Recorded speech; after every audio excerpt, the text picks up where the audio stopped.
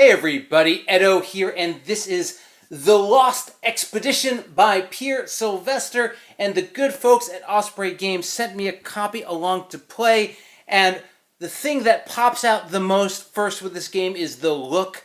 This is very reminiscent of some old Tintin comics, and the look of these cards is absolutely stellar. I mean, everything about this is thematic and evocative from a look perspective, and I really, really dig it. It's just a pleasure to look at and use these different tarot cards. So, big points on the vibe of it. The box is nice, all of that. Now, in terms of the game, it's essentially a attrition resource management game. You can play solo, you can play competitively with some different rules, and there's another meeple, but you can also play cooperatively, and what you're doing is you are working to get from this side of the jungle to the end here, to the fabled city. And you are going to have three people with you. You're going to have, and there's male and female of each, but you just pick three. So let's say, got Bessie for shelter. Let's go with Roy for nature skills, and let's go with Isabel for navigation. And so you're going to have three of these characters, Roy, Bessie, and Isabel. And they're each going to have hit points based on the number of players. So I'll just put this here for now, based on the number of players. So, you know, whatever, 3 or 4 hit points. And you need to get to the end before they all die. They all have to survive, right? So they're going to have hit points. And then you're going to have some ammunition, which are these bullets, and some food. Then basically, all of the players draw a number of cards. It depends on the number of players. In a 2-player game, it's 6 cards each. And these are mostly bad things. Some of them are good. But you're going to be looking at these cards, and say 6 in this 2-player game.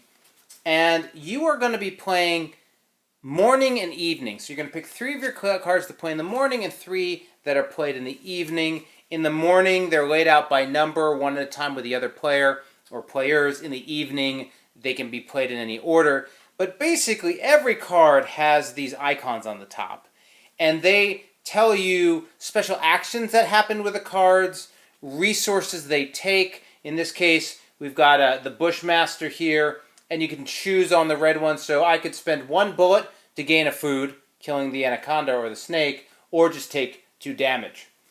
And it's got this really interesting icon system where all of the different cards have different options you can take.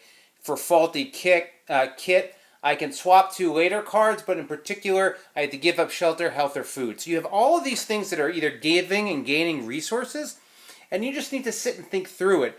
The thing that blew me away the most was how well each of these cards, the resources, and I'm trying to think of a good example here, right? This one's the actual anaconda. You can shoot the anaconda for food. You can shoot the anaconda and navigate the way you want, or you can take 2 damage. The resources go down. The difficulty's there. It's a pretty simple game. Again, you're just sort of playing out the cards and deciding which options to take. There's some dynamics around how you play them out and whether you want to save something for the evening or not. And, you know, if there's a compass icon, you know, it might only cost 1 hit point from the navigator versus 2 from somebody else, and you have to keep them alive. You're going to end up likely with 1 person, maybe 2 along the way. The competitive one has you doing different paths. It's light. Without a doubt, the vibe, the feel of this game makes it work. It's fine mechanically. I don't think it'll blow your mind, but it's definitely a game that I have a lot of fun with because of how gorgeous it is and how much it feels like the thing that's happening is happening to your characters. And that makes it, that really levels it up. So, definitely worth checking out and trying if you like solo play or if you like simple cooperative games and you don't want to do something big like Pandemic. So, I mean, the cards are big, but you know what I mean. So, subscribe, share, all that good stuff. Most importantly, play some great games. Thanks.